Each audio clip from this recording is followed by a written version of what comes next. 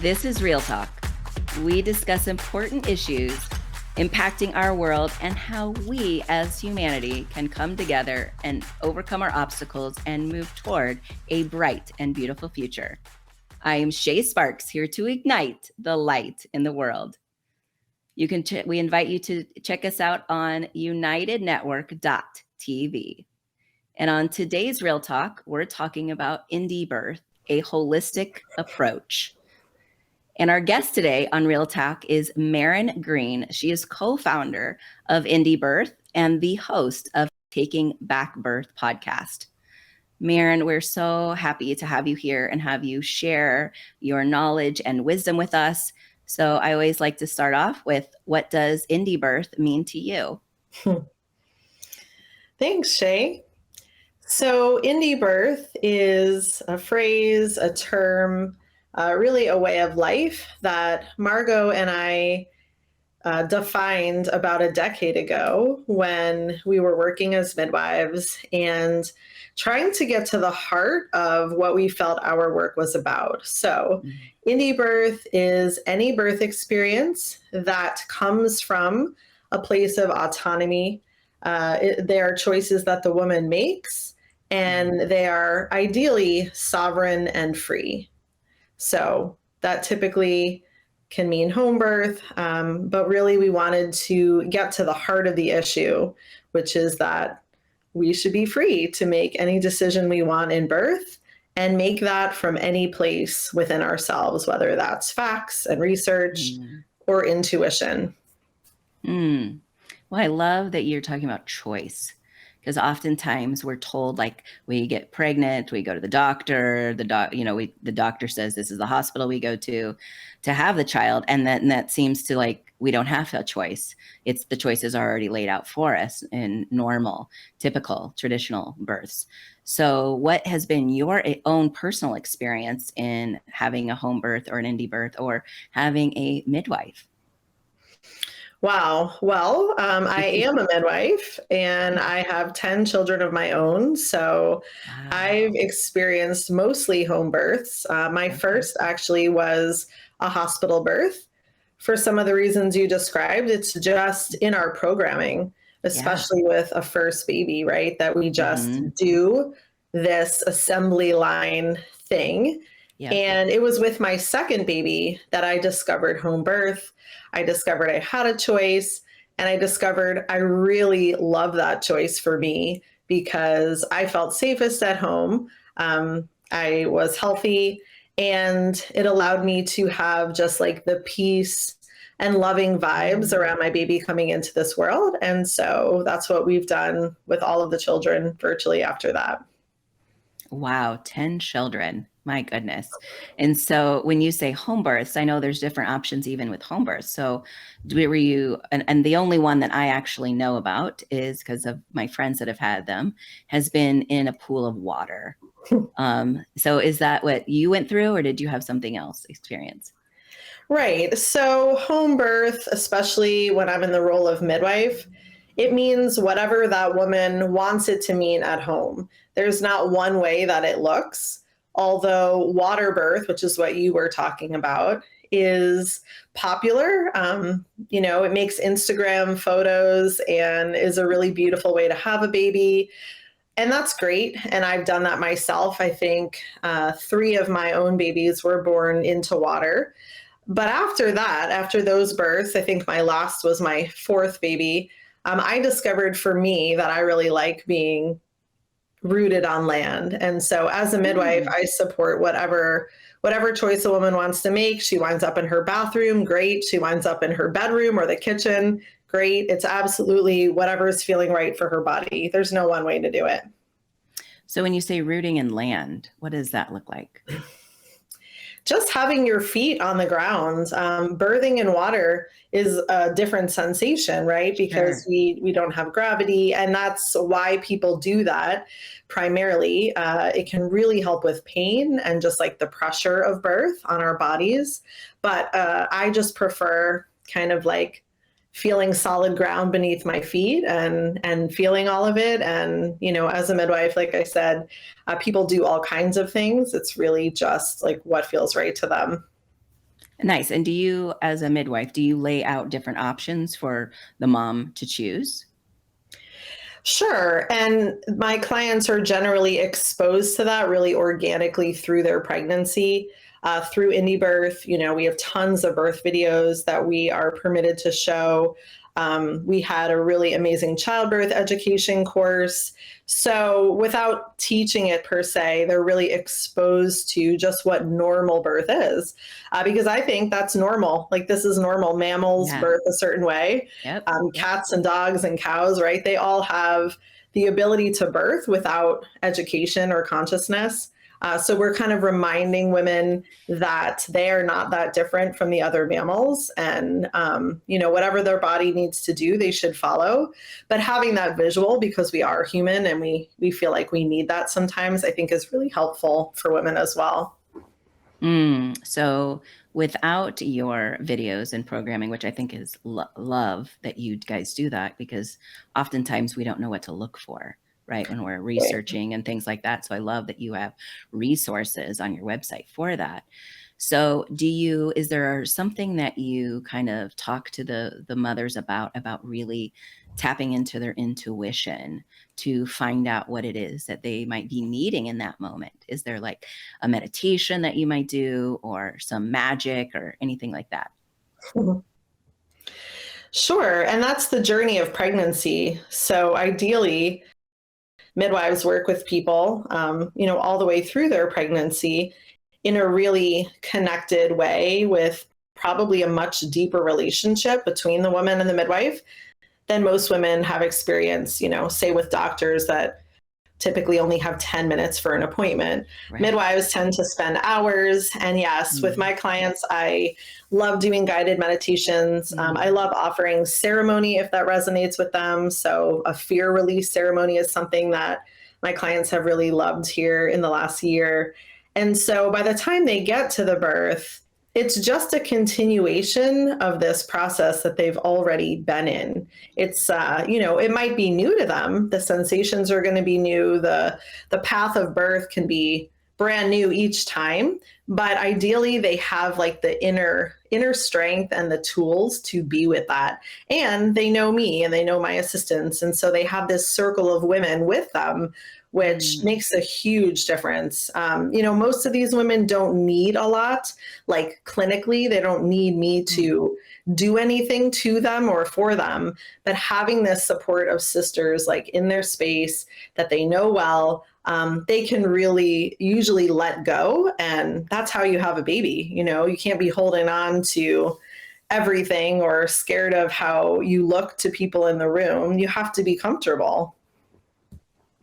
Well, with listening to you about the sister circle, so to speak, of the support that the mother is surrounded by, it makes me picture of what we think of like back in the early, 1800s and 1900s and before, of how women gave birth. The men was not in the room, the husband was not in the room, dad wasn't in the room, and so you're really supplying this like you said, this sisterhood, this support that most women may not have even experienced in a hospital. You might just have one or two nurses and then the doctor, and that's it.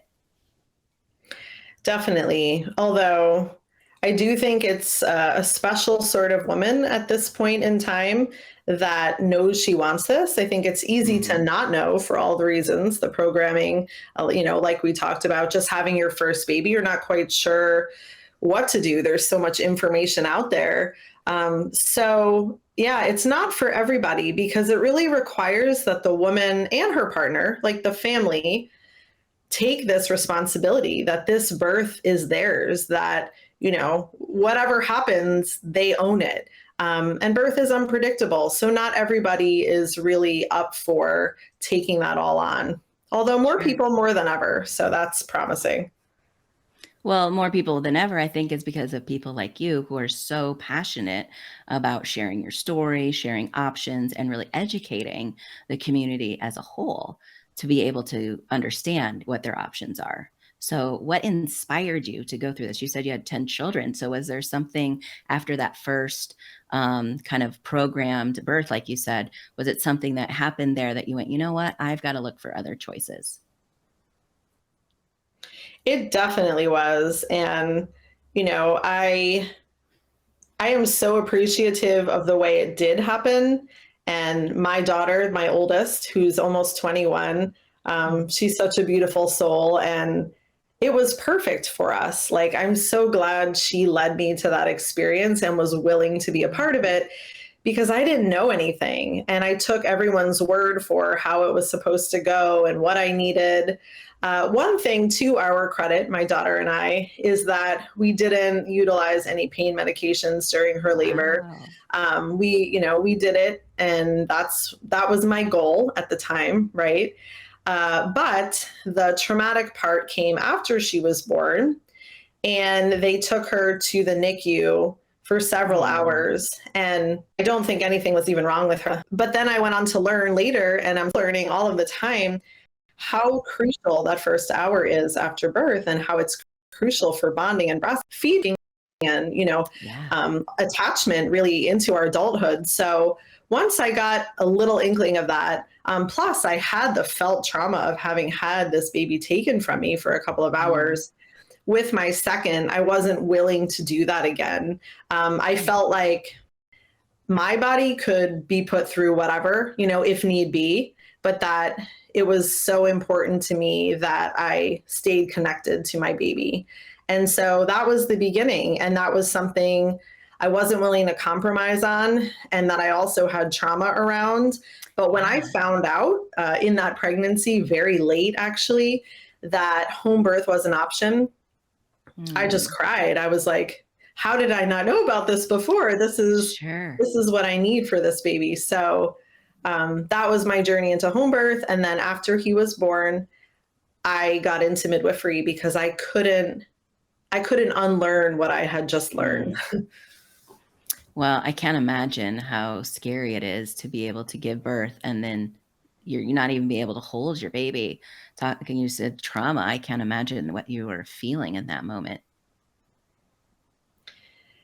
It's really common though, and we see it Mm. all of the time. And it's when nothing is wrong, it's just protocol or Right. policy. And that doesn't happen at home birth unless there's something Mm. really wrong and a baby or mom really needs help. And even then, we do our best to leave the baby with mom if the baby needs breaths, or, we're very conscious about that connection because they're not separate. They're not separate beings. So Right. this matrix mainstream medicalized version of birth is harming babies and ultimately harming like our entire culture, because mothers are then feeling unable to really mother. And so it's like shifting really major things by something as simple as, we're going to take your baby for an hour. Oh, that Yeah, just makes my heart drop just thinking about it. I can't imagine almost like an abandonment, feeling show up in that moment. Oh, that's got to be so tough. And right. unfortunately, like you said, it's protocol. Like, why? Why is this protocol? Let's change that. Right. Right. And, of course, it's not everywhere and it depends on the birth, but it happens more often than not. And that's why, for example, there's a big, table in the room for the baby to go to. Like, the baby does not need to leave the mom, the baby does not need a warmer. The mom is the warmer. So our entire culture Mm. is built on this, technocratic birth model where the woman is the machine, the baby is the product. That's how we're seen. And something like home birth, or just, paying attention to women in birth, we realize how far off we are from what our bodies actually need for survival, which Mm. is crucial, obviously. Well, I love your passion about this because, your website, it screams that this is what you love to do and love to talk about. And one of the things that I noticed was that you talked about a wise woman traditional journey. So, can you share with us more about that? Sure. So the wise woman model is something that's been talked about by herbalist Susan Weed, who is she's a famous American herbalist. She's written tons of books. And I read her one book called Healing Wise years ago, where she compares the models of care. and I don't know if I'm going to get the names right now, but I think it is the technocratic model. Honestly, that's the Mm, most highly medicalized model, and I think we all know what that looks like. sure. And if you really focus on a key point, because there's a lot to focus on, it would be how the woman is treated in that model and the relationship of the caregiver in that model. So in that model, as I've said, the woman is basically a machine that needs to be Mm, monitored. And the relationship is that the caregiver is much higher on the hierarchy of power, right? So whoever it is, doesn't matter. I mean, in theory, it could be a midwife, but whoever that is knows more, and they are going to direct this process. Then we mm, kind of have a middle of the road model where the woman is still sort of considered a work in progress or damaged goods, still doesn't have autonomy, but is a little gentler than the technocratic model. And then finally, we have the wise woman model, which is the oldest model of care. And something I love to share about that is the symbol is a spiral, which mm. means, where's the beginning? Where's the end? We keep going Yeah. around. We get deeper every time. And the woman is at the center of the spiral. So, in the other Mm, models, for example, the symbol is a line in the technocratic model. It's very linear. Point A brings mhm. us to point B. That's it. The Right. wise woman model puts the woman at the center and the midwife and her support outside of that. We're not important.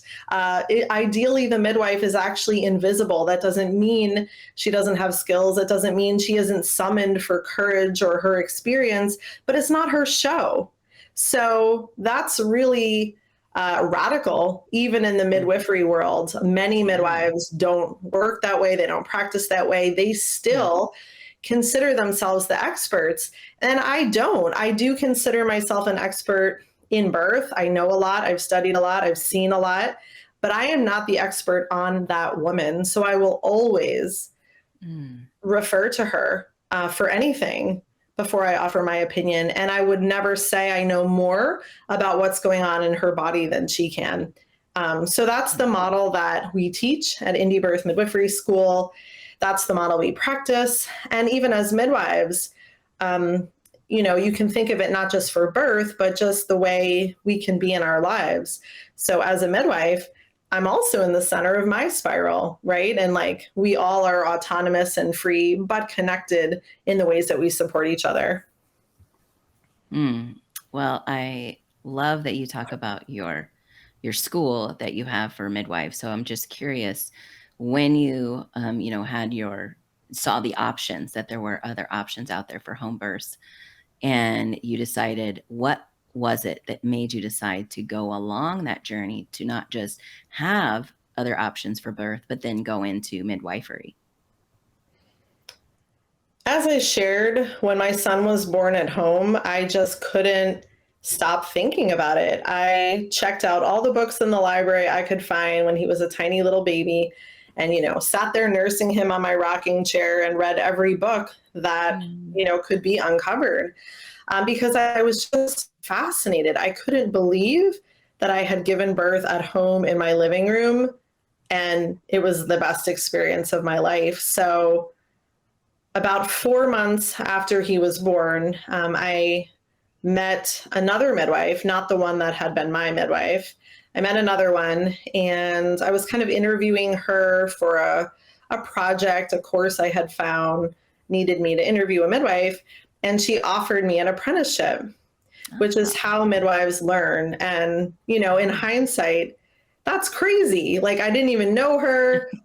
We have a lot of students in our school who pray every night for an apprenticeship. They travel around the world to get this training. And here I Wow. was. I just walked into it and she offered me Mm, this opportunity. So I accepted it. And I was like, what am I doing? Like, I didn't know anything about birth except what I had experienced. And she said, don't worry, like, I'll teach you everything that you need to know. And that was the beginning. And, that was like 19 years ago. mm. Well, it just again, it shows you how when you become passionate about something, when the student is ready, the teacher appears. And that's literally what happened. Here you are just going along your journey, researching it, and here she showed up. That's what synergy. Yes, yes. And I share that story all of the time with our students. They're probably sick of hearing it, but that's my point, because some of them, are so excited. They're trying so hard. They're trying to make it happen. And I'm just let the door open. Like, when you're ready, it'll show up. And I went on to do a couple of apprenticeships after that with other different midwives, but that is primarily the way midwives learn, other than whatever school or studying, we can do online. But we need hands-on training, and also an apprenticeship allows you to kind of live the life of a midwife while you're learning. So, I went to hundreds of home visits, sat in hundreds of people's houses, and got to know their families. It's a true honor, and it teaches you, not just skills, but like how to be with people and how to be with them in their space. It's a really difficult experience, but it's also really beautiful. Yeah. And talk about on the job learning, right? Yeah. That's literally what you're doing. So did you have to go through any certification for the state that you were in or anything like that? So I have a pretty long story about that, and people that want to hear the long version, they can check out our book. It's on Amazon, actually. It's called Indie Birth, A Story of Radical Birth Love. And that includes my whole story from, moving from Chicago area, which is where I started my apprenticeship, to Arizona, where I did work really hard to get a state license. And the long story short there is I ended up fighting in a legal battle with the state of Arizona for several years over my license, which is another long story. But by the time I got to the end of this 3-year thing, I realized I didn't want it, that the politics of birth and the governmental control, which is what licensing is, over birth, like, I didn't want that. I didn't want that for the women in my community. I didn't want that for myself as a birthing woman.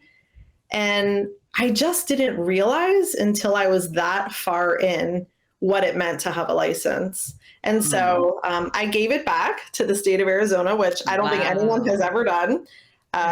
Sent them a nice letter that's on the internet and was like, you can control other people, but you're not controlling me. And that was, 11 years ago. Wow. I'm sure, talk about freedom. I'm sure that was very freeing to be able to do that too.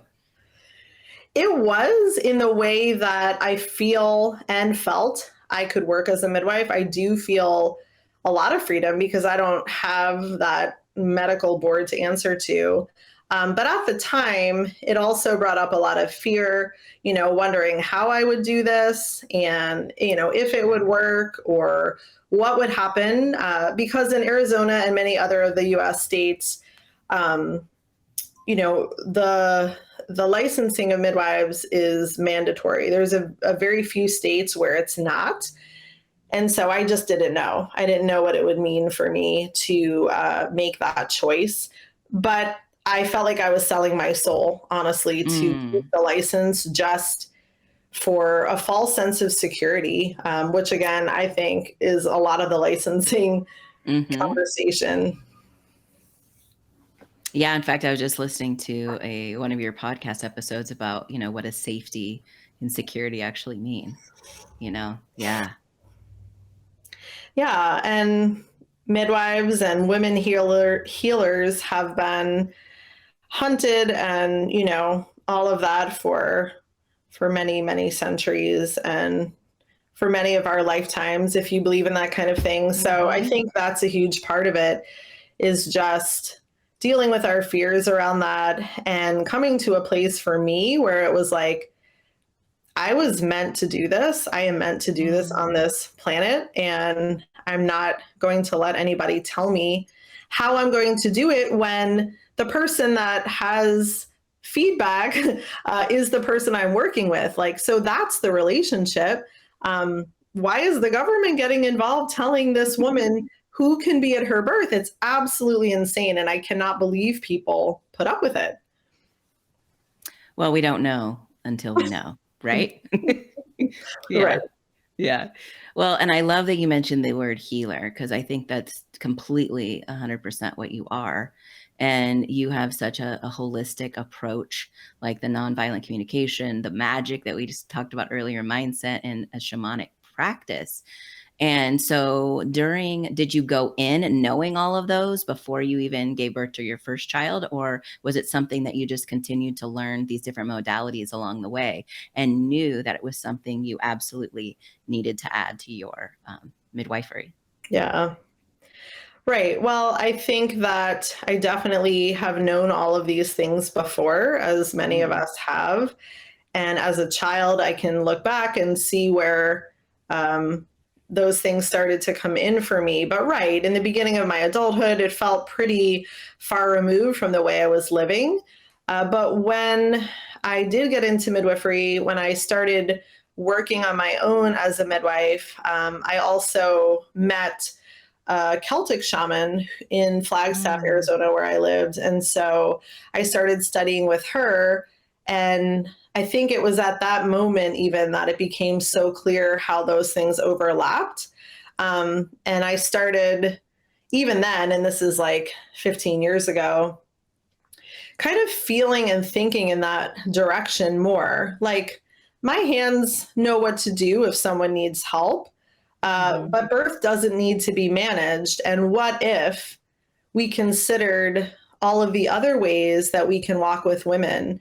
What if we help them work on their trauma? Mhm. And what if our own traumas and our own fears actually influence their birth more than anything else? So I Mm. think this is what midwives have always done. You know, we've always communicated with the babies, we've always helped spirits pass over. Midwives used to work in death as well.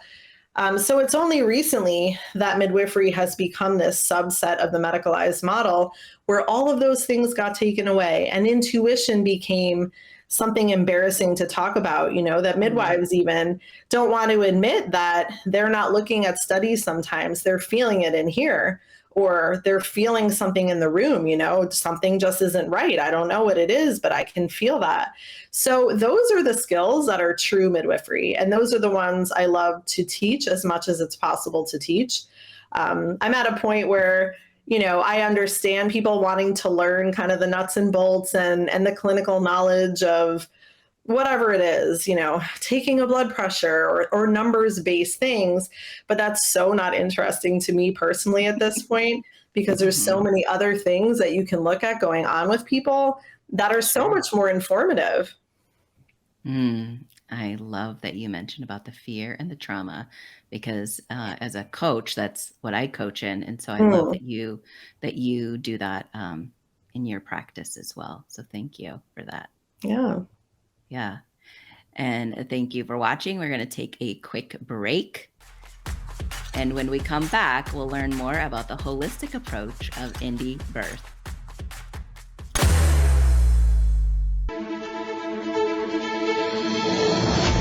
Hello and welcome to United Network News. I'm Sunny Galt. Now let's check in with our ground command, Kimberly Gogan, from the Office of the Guardian. And she has her whiteboard. Hi, Kim.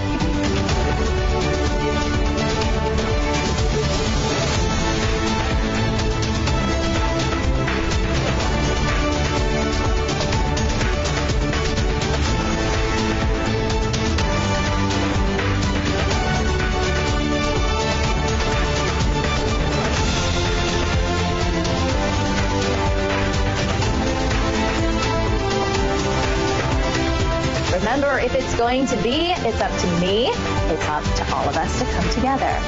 I'm Sunny Galt. Join us Monday, Wednesday, and Friday for the real news.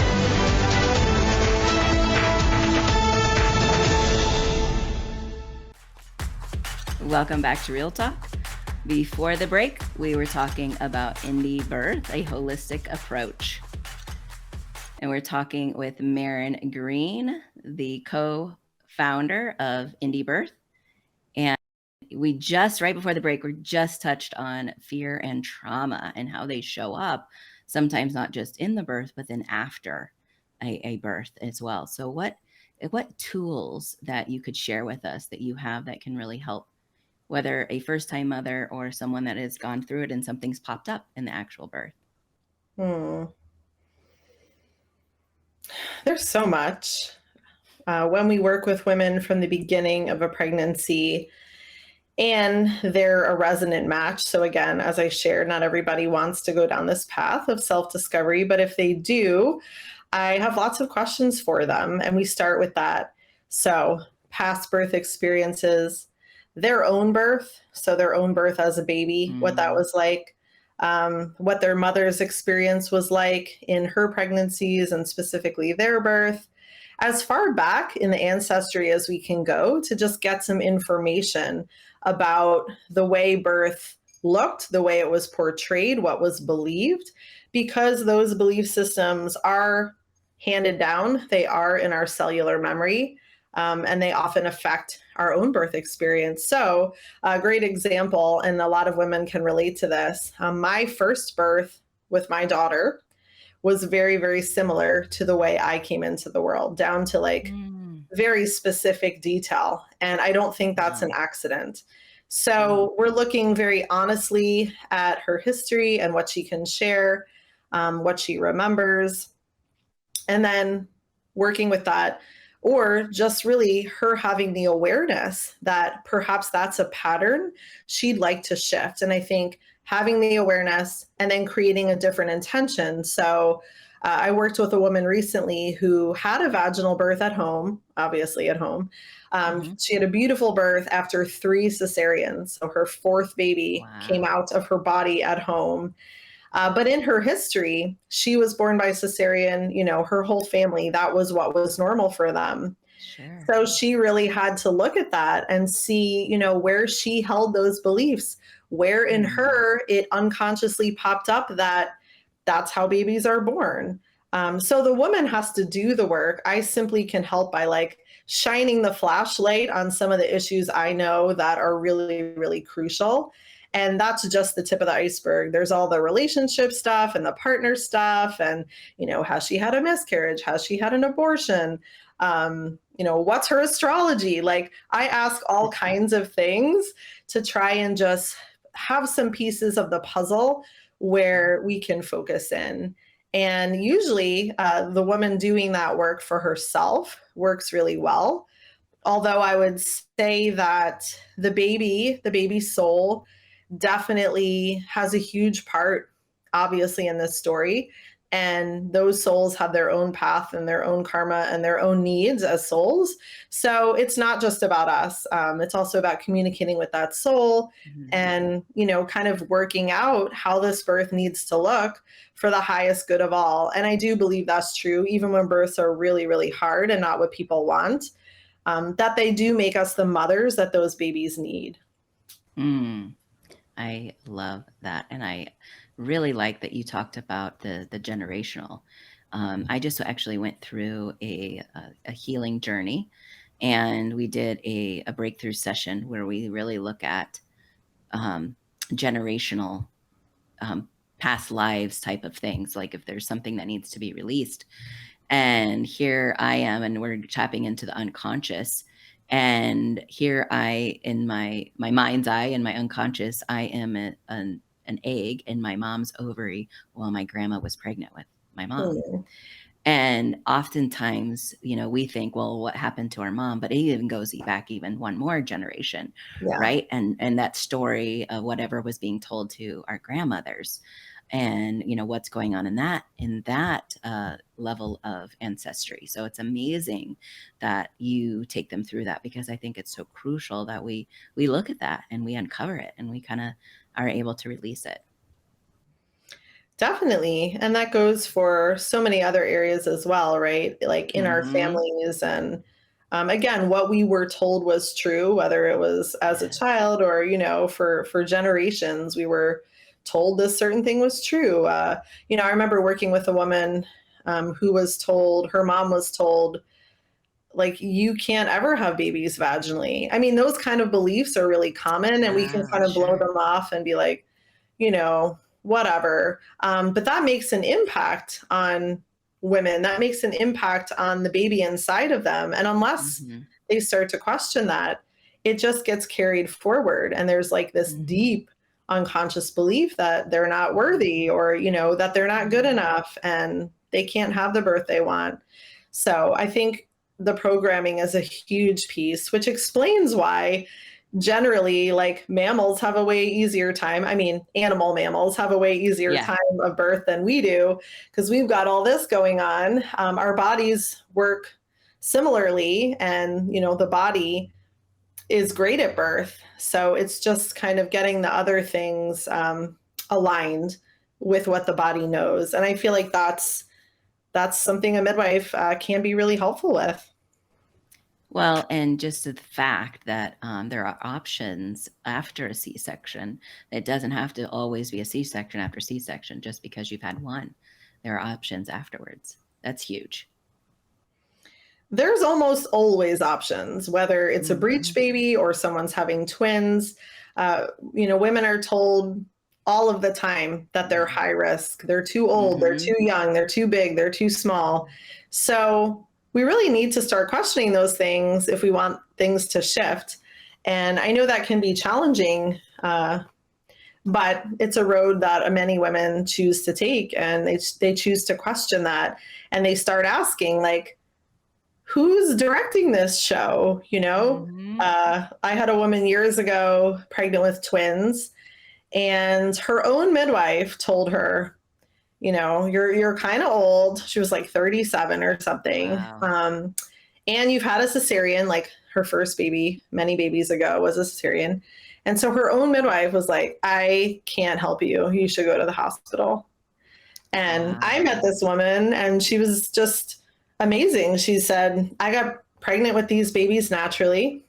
They're going to come out naturally, and that is all. Mm. And it was one of the most influential births I've had the honor of attending, just because she was so confident, and it Yeah. was just perfect. Her two babies came out at home around Christmas time, about an hour apart. And it will just always live in my memory how sure and confident she was. Oh, that's beautiful. That's so beautiful. So let's say that there is a time of emergency. Is what you do, you're able to go to the hospital or call an ambulance or get them to a different medical facility if that is the case? Definitely. Yeah. I'm not someone that believes every baby should be born at home. I've never believed that. There are times that medical help is really needed or desired. Occasionally, there's somebody that just doesn't want to do it at home anymore and wants to go in and get pain relief. And I don't care. For me, I don't have a judgment about it. It's Mm, her birth. nice. If we do need medical help, midwives are trained with medicalized skills, such as stopping postpartum bleeding or resuscitating a baby. And I've done those things, several times. And usually while we're doing them, we'll still call for help so that we have advanced technology, if we need it. But having some of those skills at home certainly has helped in the rare instance of needing them. You don't want to delay resuscitating a baby. So, Yeah. but on the flip side, we don't carry the medications and all the fancy technology to intubate a baby or to get them advanced help. So, yes, it does come up very rarely. And I have gone to the hospital. And other times I haven't, just depending on where I'm needed most or, what the scenario is. And, some hospitals are favorable and Mm. some aren't as nice, but it sort of doesn't matter because people are getting the help they need, because luckily that's the way it still works.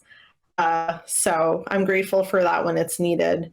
But we don't spend too much time focusing on that. We do talk about, what if and what to do when and what hospital someone would go to. We spend a couple hours on that actually towards the end of a pregnancy, and then we just kind of release it.